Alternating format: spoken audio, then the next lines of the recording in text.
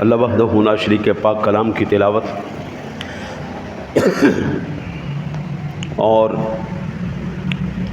پیارے محبوب کریم علیہ الصلاۃ والتسلیم کی بارگاہ مقدسہ میں ہدیہ عقیدت پیش کرنے کے بعد سب سے پہلے دعا گو ہوں اللہ وحدہ لا شریک اپنے حبیب کریم علیہ الصلاۃ والتسلیم کا صدقہ حق اور سچ کہنے کی توفیق عطا فرمائے، اور جو آیات مقدسات اور احادیث مبارکہ تلاوت کرنے کا شرف حاصل کروں، اللہ صحیح ترجمہ اور صحیح تشریح کرنے کی توفیق عطا فرمائے۔ اللہ تعالیٰ اپنے حبیب کریم علیہ الصلاۃ والتسلیم کا صدقہ آپ کو مجھے سننے کے بعد اس پر عمل کی توفیق نصیب فرمائے۔ اللہ تعالیٰ اس فقیر کی خیر چاہنے والوں کی خیر فرمائے۔ سامعین ذویل احترام والاحتشام، اللہ تعالیٰ نے زمین و آسمان کی پیدائش سے لاکھوں کروڑوں سال پہلے اپنی علم و حکمت کے مطابق قیامت تک ہونے والے ہر معاملے کا فیصلہ کر کے اس کو لوح محفوظ میں تحریر فرما دیا۔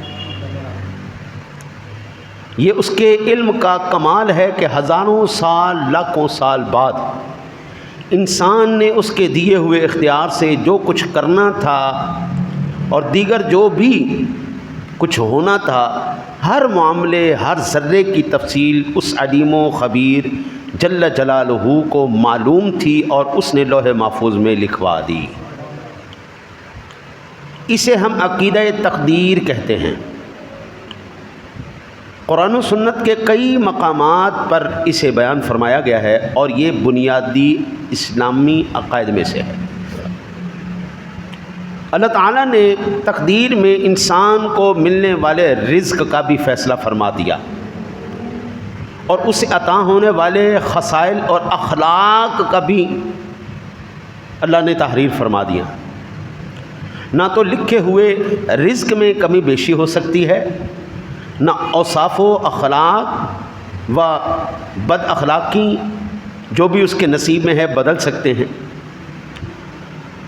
صاحب نعلین و وسادہ سیدنا عبداللہ بن مسعود رضی اللہ تعالی عنہ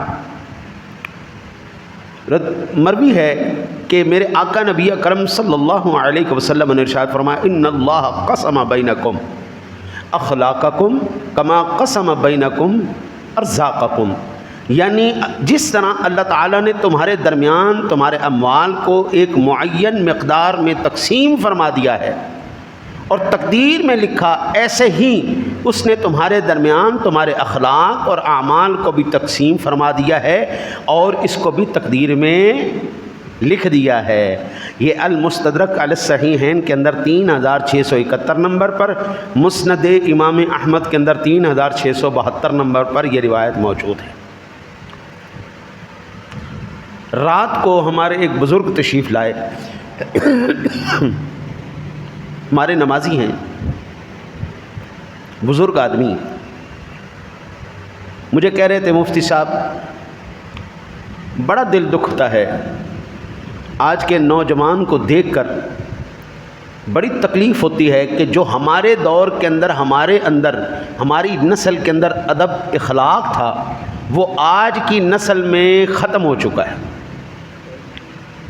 ادب بھی ختم ہو چکا ہے، اخلاق بھی ختم ہو چکا ہے۔ بھائی ٹھیک ہے، ہم نے بھی جوانیاں دیکھی ہیں، ہم نے بھی جو ہے وہ زور دیکھا ہے، لیکن ہم اپنے بڑوں کے کبھی گستاخ بے ادب نہیں ہوئے، ہم نے بد اخلاقی سے کبھی کسی سے بات نہیں کی، ہم جب بھی بات کرتے تھے اخلاق سے کرتے تھے۔ میں نے کہا پھر آپ ہی بتا دیجئے اس کی وجہ کیا ہے۔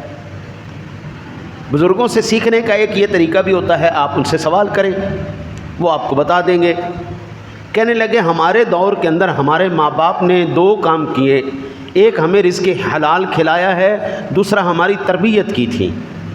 آج ہمارے بچوں کے پیٹ میں الا ماشاءاللہ رزق حلال آ رہا ہو اور ان کی کوئی تربیت کی جا رہی ہو۔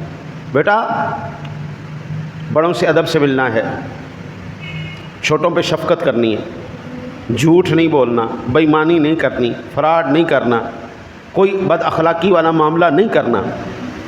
آج کیسے حلال کمیاب ہو گیا ہے.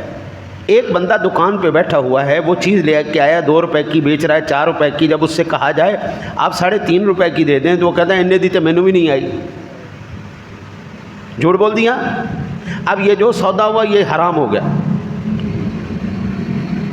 جھوٹ بول کے کیا, خراب ہو گیا سودا. اب اس سے آیا ہوا پیسہ حلال نہیں کرائے گا. جو چیز موجود ہے اس کے اندر ملاوٹ کر کے اصل چیز کے پیسے وصول کر لیے, یہ اب آیا ہوا پیسہ حلال نہیں ہوگا. تو پھر یہ کہا جائے کہ وہ پیسہ جو راس المال ہے, جس سے وہ چیز لائی گئی, جو اصل قیمت ہے اس میں تو حلال تھا. تو سادہ سا جواب میں آپ کو عرض کر دیتا ہوں. ایک بالٹی دودھ کے اندر 1 کپ پیشاب کا ڈال دیا جائے, کیا وہ بالٹی قابل استعمال رہ جائے گی؟ وہ تو سارا دودھ ہے, صرف تھوڑا سا ہی آرام شامل ہوا ہے نا. تو جس طرح دودھ پاک نہیں رہتا اس طرح مال بھی پاک نہیں رہتا. اب مجھے بتائیں کتنے لوگ ہیں جو حلال اپنے بچوں کے منہ میں ڈال رہے ہیں؟ یہاں سے آپ اندازہ کیجئے یہ اخلاق قرب قیامت ختم ہوتے جا رہے ہیں. آج جس ہستی کا ہم توفیق الہی سے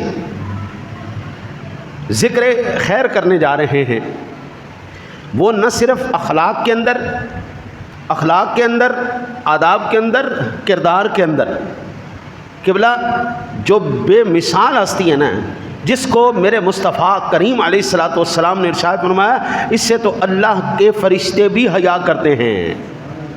آج اس ہستی کا میں آپ کو ذکر پاک سنانے جا رہا ہوں. امیر المؤمنین خلیفہ ثالث سیدنا عثمان ذو النورین رضی اللہ تعالی عنہ. اوصاف اخلاق ایسے عظیم کہ سرکار دو عالم صلی اللہ علیہ وسلم نے سیدنا عثمان غنی رضی اللہ تعالی عنہ کو اپنی صاحبزادی عطا فرمائی.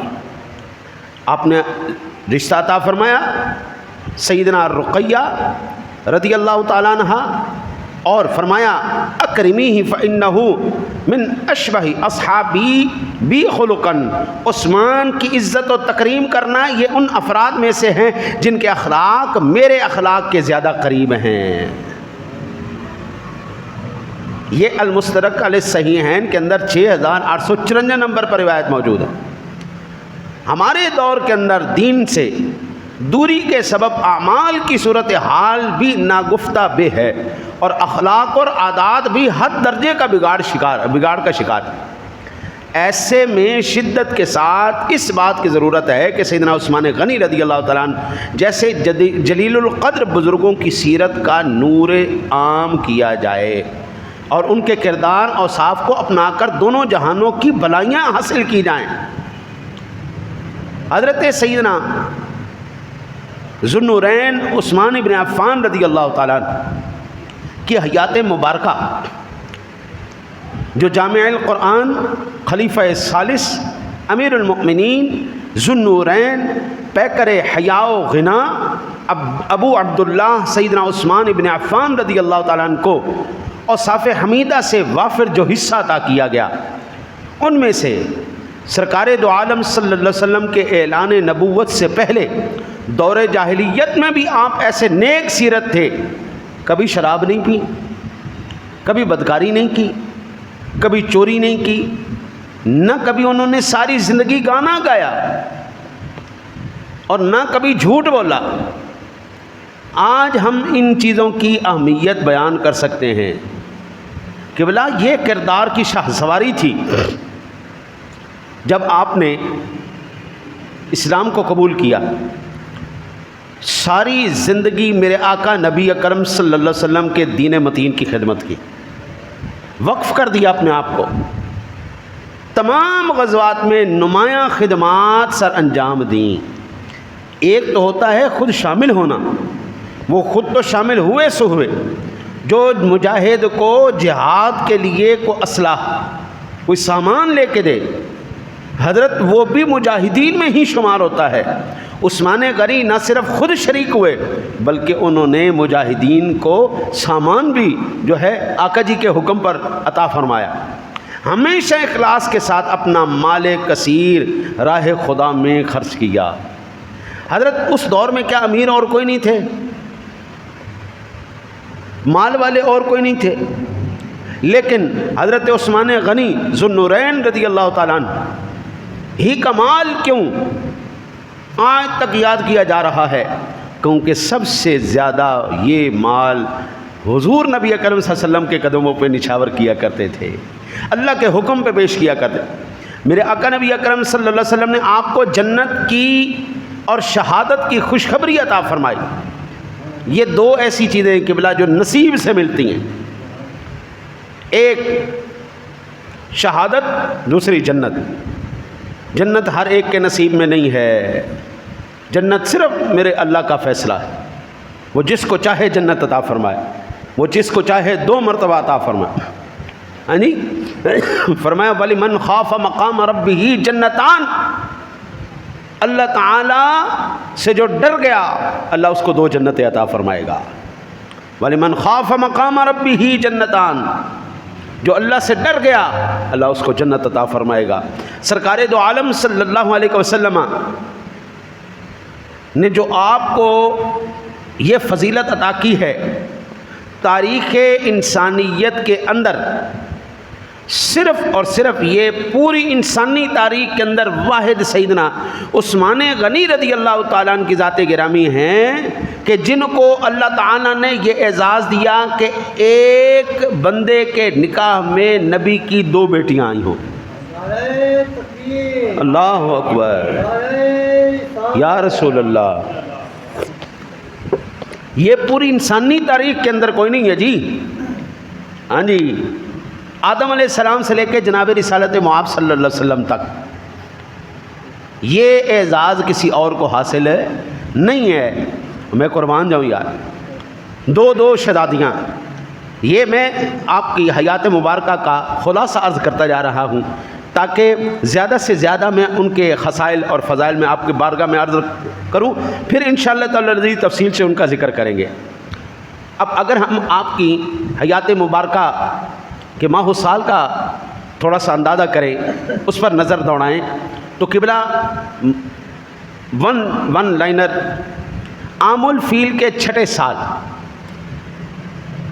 یہ 47 قبل ہجری 577 عیسوی، اب چل رہا ہے 2024، 577 عیسوی، یہ 2024 عیسوی 577 عیسوی مکہ مکرمہ میں پیدا ہوئے، اور 34 سال کی عمر میں اعلان نبوت کے ساتھ ہی آپ نے اسلام کو قبول کر لیا۔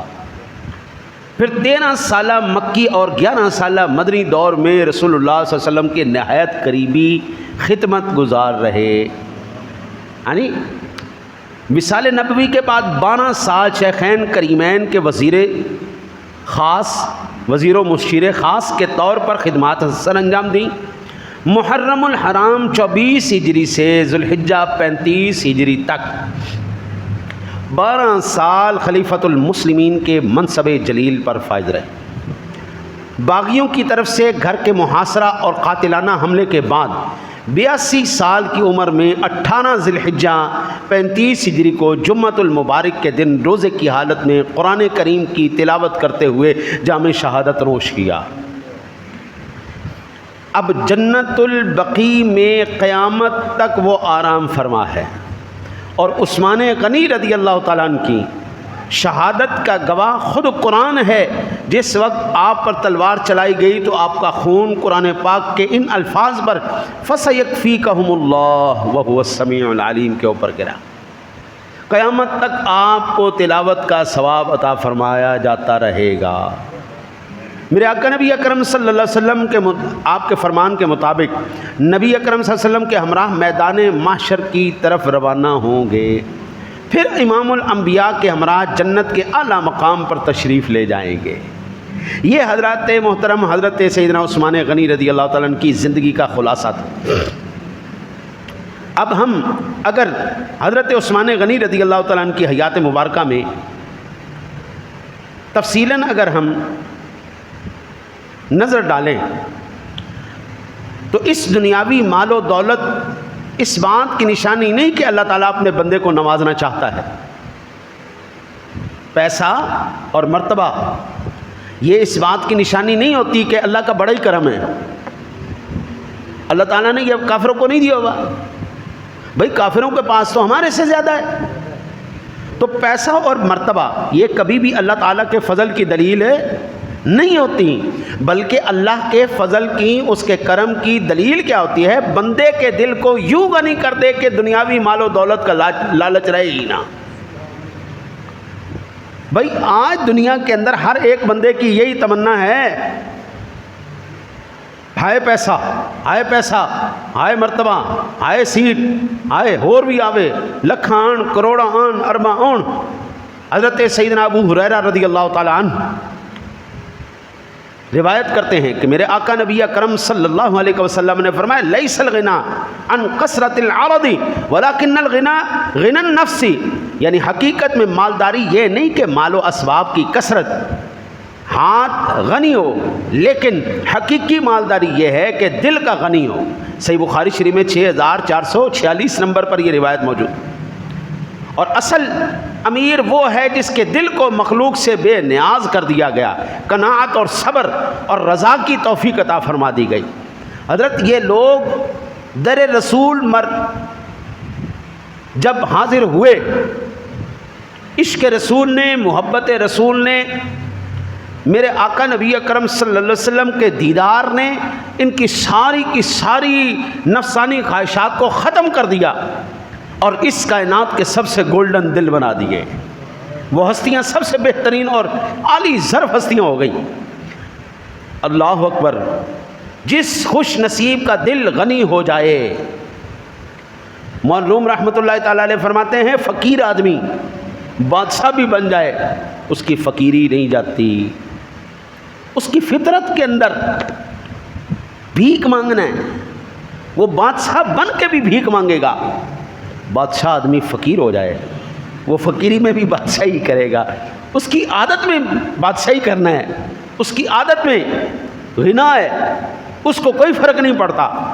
حضرت جی اللہ جس کے دل کو غنی کر دے، دنیا کی محبت سے چھٹکارا مل گیا، مال و دولت سے جتنا مل جائے اس پر دل مطمئن ہو گیا، عیش پرستی سے نفرت ہو گئی، حرام ذریعے سے مال و دولت کمانے کا تصور بھی نہیں ہوتا، بلکہ اعلیٰ درجے کے غنی ضروریات سے زیادہ حلال بھی جمع نہیں کرتے. اللہ تعالیٰ کروڑہا رحمتیں میرے چاچا جی کی قبر پر نازل فرمائے. میں نے اپنی زندگی میں اپنے باپ کے بعد یہ بندہ دیکھا. حضرت ہزاروں ڈالر، لاکھوں ڈالر اس کو ہر مہینے ملتے، اور صرف $150 یا $200 وہ اپنی گاڑی کی پیٹرول کے لیے رکھتا، باقی سارے غریب رشتہ داروں میں تقسیم کر دیتا. یہ میں نے اپنے والد گرامی کو 25 سال پہلے دیکھا. جس وقت ان کا وصال ہوا 10,000 روپے تھے، وہ بھی کہتے تھے کہ یہ میں نے اپنے کفن دفن کے لیے رکھا ہے، کہیں ایسا نہ ہو میرے مرنے کے بعد میری اولاد مجھے کفن دفن بھی نہ دے سکے. جس بندے کے کئی مدارس چلنے ہوں، 42 مساجد کا نظام چلا رہا ہو، مرنے کے بعد اس کے اکاؤنٹ سے 10,000 روپے نکلے. حضرت صاحب 42 مسجدیں چلائے، کئی مدرسے چلائے، لاکھوں روپے صرف بچوں کے کھانوں کی مد میں استعمال کرے، اور اس کا ذاتی کیا اکاؤنٹ تھا 10,000 روپے، وہ بھی کفن دفن کے لیے. اولاد بھیک نہ مانگتی پھرے کہ اب آپ کی قبر ہم نے بنوانی ہے، کفن دلوانا ہے تو مہربانی کرو. یہ منظر میں نے اپنے چاچا جی کے مرنے پر دیکھا. 25 سال کے بعد، 25 سال پہلے مجھے مولانا روم کا شعر یاد آیا، نشان مرد مومن بادو گویم چمرگ آیت تبسم بر لبے اوست. بندہ مومن کی نشانی یہ ہے جب مرتا ہے دنیا سے مسکراتا ہوا جا رہا ہوتا ہے، اس کے چہرے پر مسکراہٹ ہوتی ہے. حضرت زندگی میں 2 بندوں کو دیکھا ہے میں نے. 25 سال پہلے ایک واقعہ دیکھا تھا، 25 سال بعد واقعہ دیکھا ہے. 2 بندوں کو آنکھوں سے دیکھا ہے. واقعی بندہ مومن کی یہ نشانی ہوتی ہے، لاکھوں کروڑوں روپے ہونے کے باوجود اپنی جیب میں کچھ نہ رکھے، اللہ کے نام پہ اے لو لے جو موج کرو. جب تک وہ بندہ زندہ رہا ہے اس نے اپنے خاندان کے کسی بندے کو، کسی فرد کو ایسے ہاتھ نہیں کسی کے آگے پھیلانے دیا. یہ ہوتا ہے مرد کامل. حضرت اپنے لیے تو ہر کوئی جیتا ہے، اپنے لیے تو ہر کوئی کرتا ہے، اپنے لیے ہر کوئی جیتا ہے جناب. مزہ تو تب ہے مخلوق خدا کے لیے جیا جائے. حضرت سیدنا عثمان غنی رضی اللہ تعالیٰ عنہ کی ذات گرامی جب حضرت امام حسن تشریف لائے نا جی، تو حضرت امام حسن جب آ کے دیکھتے ہیں عثمان غنی کو، جب آپ خلیفہ وقت ہیں، مسجد نبوی شریف میں قیلولہ فرما رہے ہیں، دور خلافت ہے، نرم گداز بستر نہیں، زمین پر چٹائی بچھا کر اسی پر آرام فرما رہے ہیں. یہ آپ کی حضرت جی امیر المومنین ہے، ہاں جی، 36 لاکھ مربع میل کا مالک ہے. اس کا ایک اشارہ ابرو تقدیریں بدل رہا ہے، خود چٹائی بچھا کے زمین پہ سو رہا ہے. ہاں جی، آج دا چھوٹا جا بھی کوئی ہے نا اوے نا جی افسر، ہاں جی، ان کے جناب ہزاروں کنالوں کے اندر چھوٹے موٹے افسر دا جڑا 92 کنال دا 60 کنال دا بنگلہ بنایا گیا نا. یہ امیر المومنین تھے. حضرت امام حسن کہتے ہیں ہادہ امیر المومنین، ہادہ امیر المومنین، او یہ ہے امیر المومنین، یہ ہے امیر المومنین. حلیۃ الاولیاء کے اندر یہ بات لکھی گئی. باوجود اس کے خود امیر آدمی تھے، ہزاروں آپ نے خادم رکھے ہوئے تھے، لیکن رات کو جب تہجد کے وقت اٹھتے کبھی کسی غلام کو نہیں اٹھایا اور عرض کی گئی حضور آپ کے نوکر ہیں، آپ کے غلام ہیں، آپ اٹھائیں ان کو. آپ نے اپنی خدمت کے لیے رکھا. فرمایا لا اللیل لہم یسترحون فیہ، اللہ کے بندے، اللہ تعالیٰ نے جب رات آرام کے لیے بنائی ہے تو میں ان کا آرام میں خلل کیوں ڈالوں. یہ عثمان غنی، یہ 36 لاکھ مربع میل کا مالک، جس کا اشارہ ابرو ملکوں کی تقدیر بدل دے. اللہ اکبر. آپ کے ساتھ کھانا کھانے کا شرف پانے والے کہتے ہیں ان عثمان بن عفان رضی اللہ تعالیٰ عنہ کان یطعم الناس طعام الامارۃ ویدخل الی بیتہ فاکل الخل والزیت. حضرت سیدنا عثمان غنی رضی اللہ تعالیٰ عنہ رضائے الہی کے لیے میزبانی کے تقاضوں کو پورا کرتے ہوئے دوسروں کو شاہانہ انداز سے کھانا کھلاتے اور خود اپنے گھر میں جا کر بغیر سالن کے، سرکے اور زیتون کے ساتھ کھانا تناول فرما لیتے. یہ ہماری تاریخ ہے، یہ ہمارا کردار ہے، جس کو اس دور کے اندر حضرت یاد کرنے کی اور عمل کرنے کی اشد ترین ضرورت ہے. یہ کتاب الزہد کے اندر امام احمد نے 684 نمبر پر روایت نقل کی ہے. اور میں قربان جاؤں، اللہ اکبر، حضرت سیدنا عثمان غنی رضی اللہ تعالیٰ عنہ کی جو سب سے مزیدار باتیں آپ کرنے والی ہیں آج کے دن میں، اللہ تعالیٰ نے اپنے کرم سے کامل مسلمانوں کے دلوں میں مخفی اور پوشیدہ چیزوں کا علم ڈال دیتا ہے.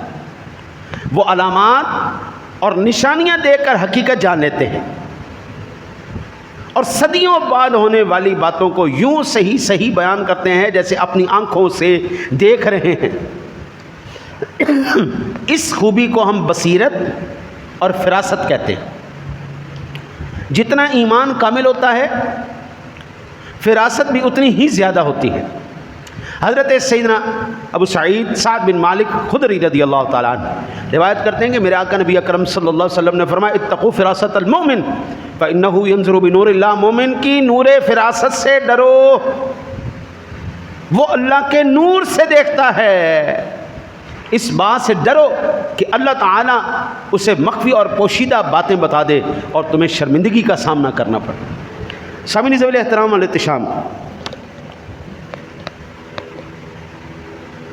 ہمارے بزرگوں کو اللہ تعالیٰ نے یہ خاصیت عطا فرمائی تھی. باوجود اس کے وہ جان جاتے تھے اس بندے کے دل میں کیا ہے، اس کی کیفیت اور اس کا کردار کیسا ہے.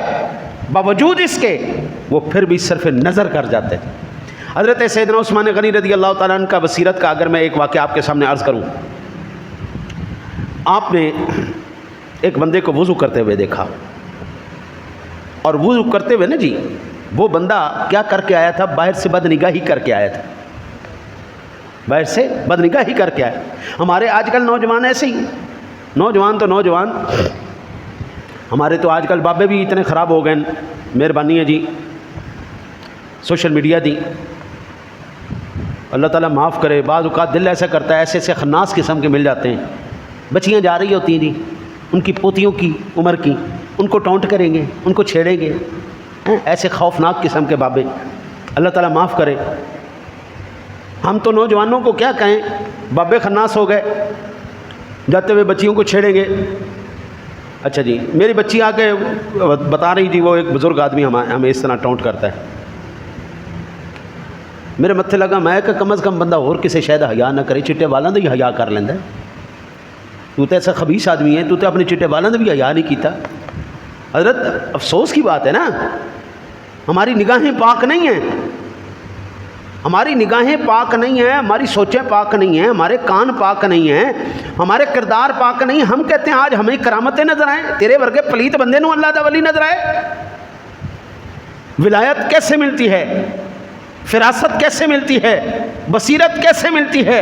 حضرت سیدنا عثمان غنی رضی اللہ تعالیٰ نے ایسے شخص کو دیکھا جو بد نگاہی کر کے آ رہا ہے اور وہ وضو کر رہا ہے، جس وقت اس نے چہرے پر پانی پھیرا، آپ نے فرمایا یدخل احدکم فی عینیہ اثر الزنا، فرمایا میں ایسے بندوں کو بھی دیکھتا ہوں جن کی آنکھوں میں آج بھی زنا کا اثر ہے۔ زنا صرف جسم نہیں کرتا، زنا آنکھیں بھی کرتی ہیں۔ بد کرداری صرف جسم نہیں کرتا، ایک ایک عضو جسم کا بد کرداری کے اندر وہ ملوث ہوتا ہے۔ وہ بندہ چونک گیا، فرمایا، اس نے کہا کیا، اوحی بعد رسول اللہ صلی اللہ علیہ وسلم، کیا نبی اکرم صلی اللہ علیہ وسلم کے بعد بھی وحی جاری ہے؟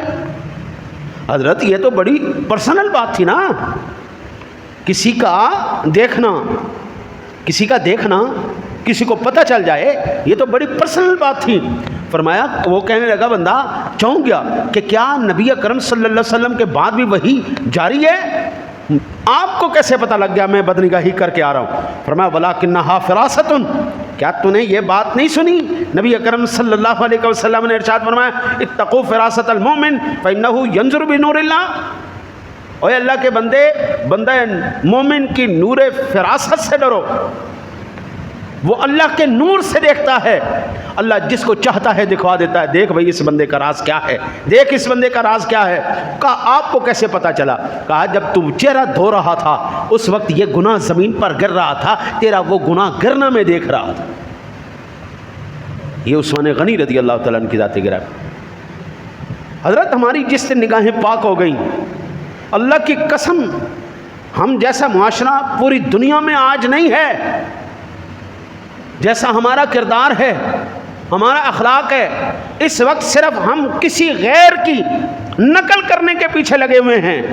رب کعبہ کی قسم تہذیب ہماری جیسی تہذیب کسی کی کیوں نہیں، کلچر ہمارے جیسا کلچر کوئی نہیں۔ پوری دنیا کے اندر آپ نگاہ مار کے دیکھیں، میں سینہ ٹھوک کے کہتا ہوں اللہ کی قسم مسلمانوں جیسی تہذیب کسی کے پاس کوئی نہیں۔ جو ہمارا خاندانی نظام ہے کسی کے پاس کوئی نہیں، جو ہمارا گھریلو نظام ہے کسی کے پاس کوئی نہیں۔ ہماری مائیں آج بھی ہمارے گھروں میں مرتی ہیں، ہمارے باپ بوڑھے ہو کے آج بھی ہمارے گھروں میں مرتے ہیں۔ ہم جس معاشرے کے پیچھے چل رہے ہیں وہ معاشرہ اپنے بزرگوں کو اٹھا کے یتیم خانوں میں پھینک دیتا ہے۔ ہم سینہ ٹھوک کے کہہ سکتے ہیں آج ہماری آنکھوں میں شرم بھی ہے، حیا بھی ہے، آج ہم بڑوں کا ادب بھی کرتے ہیں، چھوٹوں کا احترام بھی کرتے ہیں، لیکن میرے باپو جب ہم کسی کی نقل کرنے کی کوشش کرتے ہیں رب کعبہ کی قسم ہے ہم کامیاب نہیں ہو سکتے۔ حلالیوں کو حرام نہیں پچتا، حلالیاں نو حرام نہیں پچتا، اور حرام دے جنہیں مرضی کوشش کر لیں اور کہہ دی حلال نہیں پچا سکتے۔ جو ہمارا نظام ہے، ہمارے ہاں پھپھی کا رشتہ، ممی کا رشتہ، چاچی کا رشتہ، تائی کا رشتہ، خالہ کا رشتہ، ممی کا رشتہ، ہمارے ہاں بے بہار رشتے ہیں جناب۔ یہ میری پھپھو جان ہے، یہ میری خالہ جان ہے، یہ میری ممانی ہے، یہ میری چاچی ہے، یہ میری تائی ہے، یہ میری بہن ہے، یہ فلاں لاکھوں۔ اچھا جن کی ہم نقل کر رہے ہیں ادھر کیا رشتے ہیں؟ آنٹی کیا رشتہ ہے؟ کزن، اللہ اللہ خیر صلاح۔ آنٹی کون ہے؟ تیری ماں دی بہن ہے، تیرے پیو دی بہن ہے۔ اے کون ہے تیرے نال رشتہ کی ہوندا؟ ماسی ہے تو، اے کون ہے جی؟ کزن، ملویر ہے، پھپھیر ہے، مسیر ہے، پتریر ہے، کی بلا کی ہے تیرا رشتہ کی ہے اس دے نال؟ بس کزن کزن۔ او ہم کس کے پیچھے چلیں؟ جن کے پاس دوسرا رشتہ کوئی نہیں. ہمارے ہاں الحمدللہ ہماری دادی بھی بیٹھی ہوتی ہے, ہماری نانی بھی بیٹھی ہوتی ہے, ہماری پھوپھی بھی بیٹھی ہوتی ہے, ہماری خالہ بھی بیٹھی ہوتی ہے, ہماری ماسیاں بھی بیٹھی ہوتی ہیں, ہماری چچیاں بھی بیٹھی ہوتی ہیں, ہماری تائیاں بھی بیٹھی ہوتی ہیں. ہر ایک کا احترام کرنا یہ ہمارا معاشرہ ہے, یہ ہمارا کردار ہے. ہم کن کی نقل کریں گے؟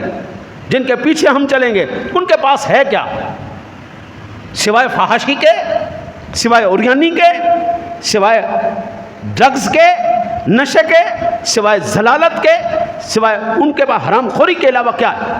کچھ بھی نہیں. جو کچھ آپ کو ملے گا مسلمانوں سے ملے گا. ہمارا خاندانی نظام, ایک انگریز بتا دو جس نے حویلی بنائی ہو, اس کے اندر اس کے یہ سارے رشتے رہتے ہوں. وہ تو بھائی 18 سال کے بعد اپنے بچے کو بھی ٹھڈا مارتے, چلو دفعہ ہو جا, دین ٹھڈا مار دیں چل نہیں نکل بار, یا میرے گھر رہے نہیں تو ایسے کرایہ دے کر ہے نہیں دے. اللہ کی قسم جو ہمارا کلچر ہے, ہمارا کلچر یہ کلچر ہے جناب, ہماری بچی شادی بھی ہو جائے, اس کے بعد اس کے بچے بھی ہو جائیں, پھر اس کے بچے بھی ہو جائیں, ابا پھر بھی واری واری جانا ہے, میری دھی, میری دھی دیدیاں, میری دھی دے بچے, میرے پوترے, میرے دوترے, میرے فلانے. ہاں جی حضرت جی یہ ہمارا کلچر ہے. ہم کس کلچر کے پیچھے چل؟ یہ ہمارا کلچر ہے. جب پاکیزہ نگاہیں ہوں, پاکیزہ کردار ہوں, پاکیزہ سوچیں ہوں, اللہ کی قسم ایمان سے بتاؤ یار, یہ پورا لاہور اس میں اکثریت مسلمانوں کی نہیں, بچیوں کو کون چھیڑتا ہے؟ میں تو نہیں کہہ سکتا مسلمان کا بچہ چھیڑتا ہے. ہماری بچیوں کو تنگ کون کرتا ہے؟ ہمارے بچوں کے ساتھ زنا کون کرتا ہے؟ بچیوں کے ساتھ ریپ کون کر رہا ہے؟ میں تو نہیں کہہ سکتا مسلمان کر رہا ہے.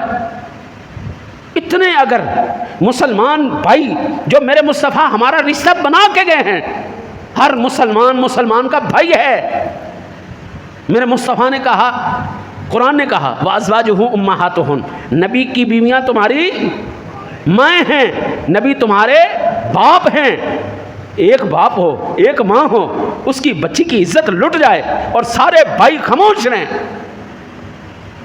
بچے کے ساتھ زیادتی ہو جائے اور سارے بھائی اس کے خاموش رہیں, حضرت کیا ان کو کہا جائے گا؟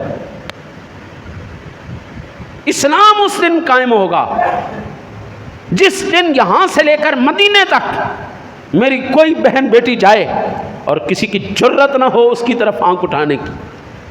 ہمارا کردار یہ رہا ہے, ہماری کسی ایک بیٹی کو تنگ کیا گیا تو 17 سال کا نوجوان آ کر بر صغیر کا نقشہ بدل کے رکھ دیتا ہے. تو اڈی ایسی دی تیسی تسی ساڈی بہن نو چھیڑیا کیویں؟ یہ ہمارا کردار رہا ہے. ہم اس وراثت کے وارث ہیں. لیکن مجھے نہیں, وہ ایک مولانا بات بتا رہے تھے, اللہ اکبر اللہ اکبر, وہ کہہ رہے تھے کہ 3 بندوں کے اندر نا جی مقابلہ ہو گیا کہ سب سے زیادہ بغیرت کون ہے. 3 بندوں کے اندر مقابلہ ہو گیا, سب سے زیادہ بغیرت کون. اس نے کہا چلو ٹھیک ہے, ہم ابھی ثابت. ایک مائی صاحبہ جا رہی تھیں, لاٹھی ٹیکتے ہوئے جا رہی تھیں, اور وہ لڑکا گیا, اس نے مائی صاحبہ کی لاٹھی کو ٹھڈا مارا, مائی صاحبہ گر گئی. اس نے کہا دیکھا کتنا بڑا بغیرت ہوں میں.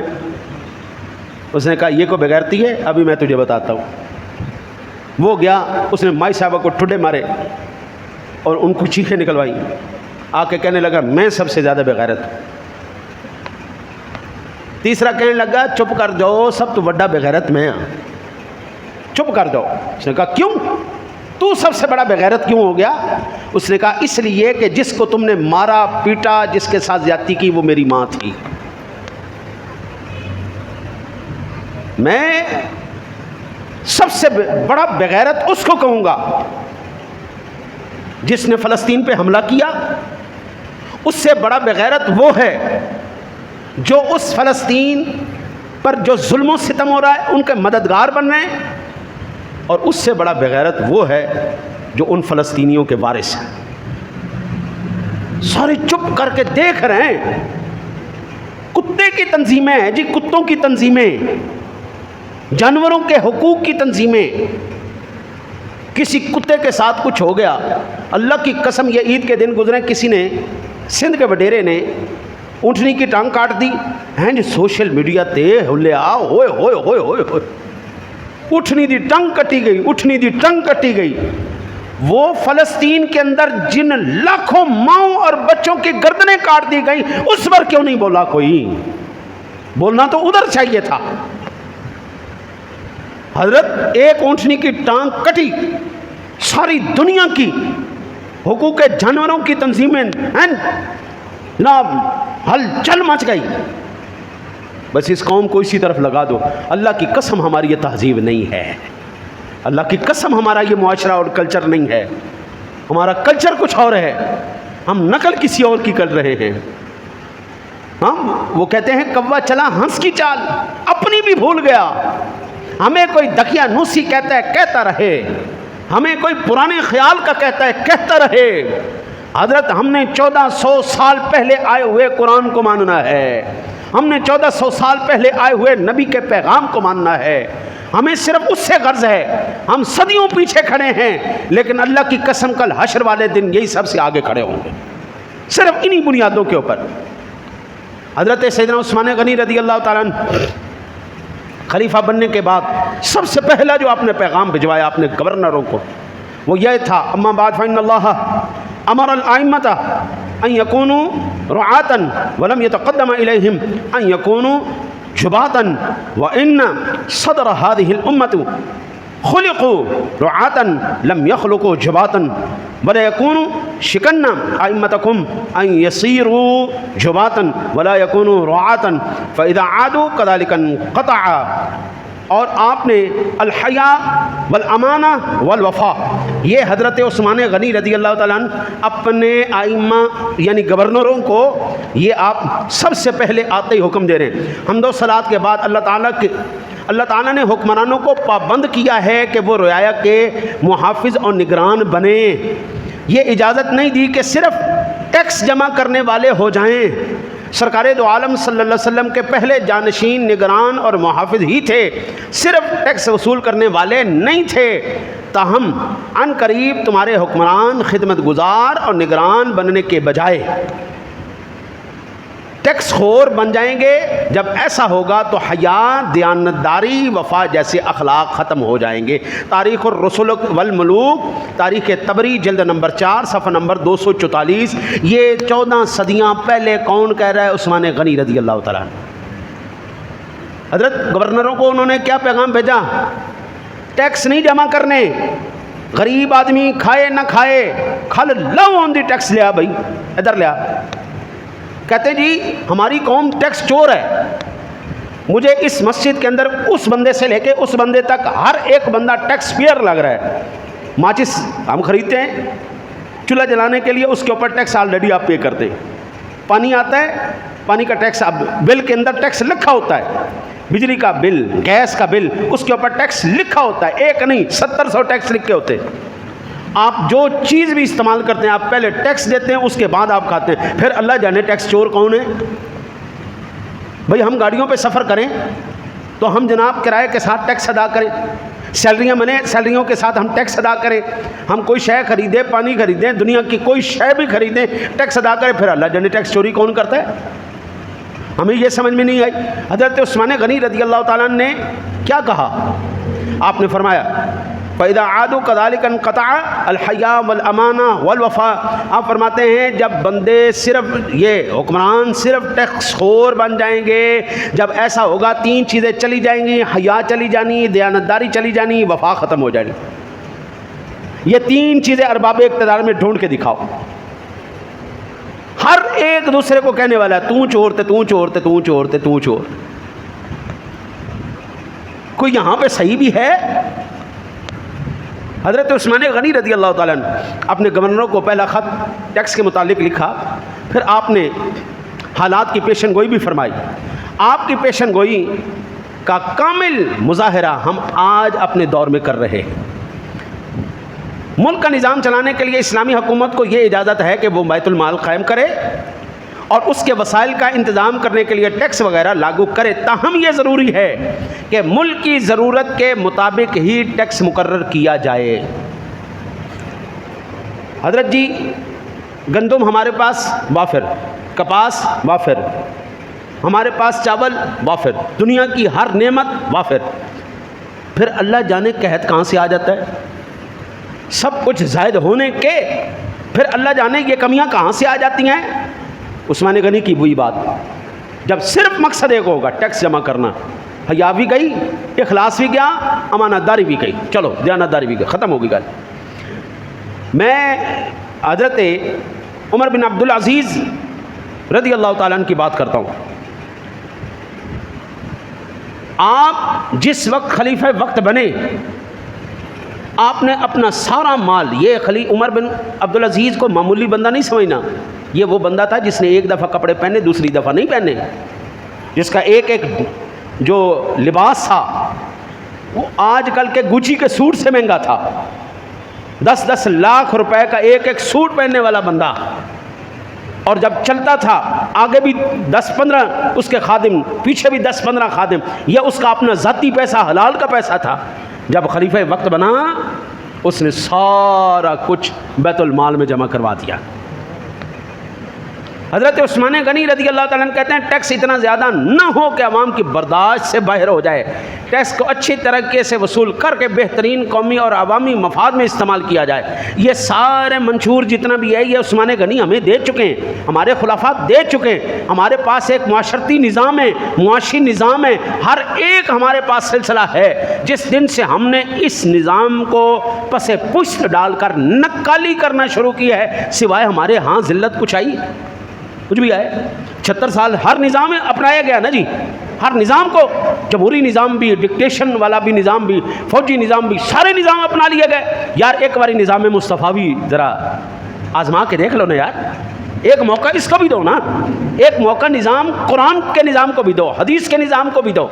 پھر اللہ کی قسم صرف یہ پاکستان کیا پوری دنیا تمہاری خادم نہ ہو جائے، پھر پوری دنیا پاکستان کی طرف دیکھے گی، پاکستان کی ہاں کے ہاں، ہاں میں پوری دنیا کی ہاں ہوگی، یہ نہ کرے گا تو ساری دنیا نہ کرے گی۔ صرف ایک نظام ہے، نظام مصطفیٰ اور نظام قرآن، بس یہ ایک نظام آ جائے، اللہ کی قسم ہر ایک رات کو اپنا حق لے کے سوئے گا، کوئی مقروض نہیں سوئے گا۔ آج بچہ پیدا ہونے والا ہمارے ملک کے اندر مقروض پیدا ہو رہا ہے، لاکھوں لاکھوں کروڑوں بلین ڈالرز ہم نے صرف ایک ایک ملک کے دینے، باقی سارے ممالک تو ایک طرف رہے۔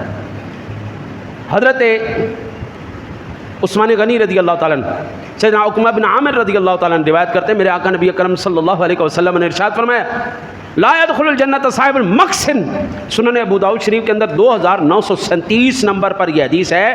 آقا جی نے ارشاد فرمایا بے جا ٹیکس لینے والا کبھی بھی جنت میں داخل نہیں ہوگا۔ حضرت میرے گھر انفرادی عمل سے لے کر اجتماعی عمل تک کوئی ایسی جگہ نہیں ہے جہاں پر کوئی مائی کا لال ہے، اسلام نے میری رہنمائی نہیں کی۔ حاکم وقت ہے تو حاکم وقت کو میرے مصطفیٰ نے الگ احکام ارشاد فرمائے ہیں۔ وہ ایک گھر کا سربراہ ہے تو حضور نے اس کے لیے الگ احکام ارشاد فرمائے ہیں۔ وہ ایک انفرادی شخص ہے تو اس کے لیے آقا جی نے الگ احکام ارشاد فرمائے۔ کوئی ایسا نہیں کہہ سکتا ہمیں اللہ کے رسول ایسا نظام دے کے گئے جس میں ہمیں پتہ ہی نہیں چلتا ہم کیا کریں۔ ایک ایک فرد کے لیے انفرادی طور پر اگر بیٹھا ہوا رستے کے اندر موچی بھی ہے، اللہ کے حبیب کے احکام اس کے لیے بھی ہیں۔ مسند اقتدار پر بیٹھا ہوا حاکم وقت بھی ہے، اللہ کے حبیب کے احکام اس کے لیے بھی۔ ہم کسی لنگڑے لولے دین کے پیروکار نہیں ہیں۔ الیوم اکملت لکم دینکم واتممت علیکم نعمتی ورضیت لکم الاسلام دینا، یہ وہ دین ہے جس کو اللہ نے پسند کر لیا ہے، جس کو اس کے حبیب نے پسند کر لیا۔ باقی سب لنگڑے لولے دین ہیں، جتنے مذاہب ہیں پلے انہوں نے کھ کوئی نہیں۔ لاؤ سارے مقابلے ایک فقیر، میں علماء کی جوتیوں اٹھانے والا خادم، ہمارے علماء بڑی شان والے، اس فقیر کے سامنے کوئی مذہب لے کے آؤ، اللہ کی قسم 5 منٹ سے پہلے چھٹی نہ کرائی تو گل ہوئی نہیں۔ جو اسلام نے اپنے ماننے والوں کو دیا ہے، کائنات میں کوئی مذہب نہیں دے سکا جس طرح پوری تفصیلات اسلام نے ہمیں عطا فرمائی ہیں۔ رب کعبہ کی قسم ہے کسی کے پاس نہیں۔ پیٹ میں اگر بچہ آئے تو اسلام اس کے حقوق بھی بیان کرتا ہے، بندہ مومن قبر میں چلا جائے تو اسلام اس کے حقوق بھی بیان کرتا ہے۔ یہاں تک ہے اسلام۔ لاؤ اور کوئی مذہب لے کے آؤ، ساڑ دو، باڑ دو، کھوا دو، چھڑ دو، گند چھوڑ دو، یہ مذہب ہے؟ بندہ مر جائے، خامد مر جائے، نال ستی کر دو، یہ مذہب ہے؟ یہ مذہب ہے؟ جڑا پیشاب پین والے ہون، گوں کھان والے ہون، یہ مذہب ہے؟ ہمارا مذہب وہ مذہب ہے جو باطن سے بھی پاک کرتا ہے، جو ظاہر سے بھی پاک کرتا ہے۔ یہاں پر آج سارے اکٹھے ہوئے ہیں، میرے مصطفیٰ نے ہر ایک سے کہا نہا کے آؤ، کپڑے صاف پہن کے آؤ، خوشبو لگا کے آؤ، کوئی کسی کو تکلیف نہ ہو۔ اللہ کی قسم اس طرح مسلمان کٹھا بیٹھا ہے، اس طرح کوئی اور قوم بہ کے کھائے نا، وہ نہ دماغ ہی پھٹ جائے گا۔ یہ ہے اسلام، جو تہذیب ہمارے پاس ہے، جو شخصیات ہمارے پاس ہیں، کائنات میں کسی اور کو اللہ نے نہیں دی۔ تو اللہ کی قسم سب سے یہ گزارش ہے، جہاں تک آواز ہے کسی کی طرف دیکھنے کی ضرورت نہیں، ہمارا دین سب سے اعلیٰ ہے۔ اللہ سے دعا ہے اللہ آپ کو مجھے عمل کی توفیق عطا فرمائے۔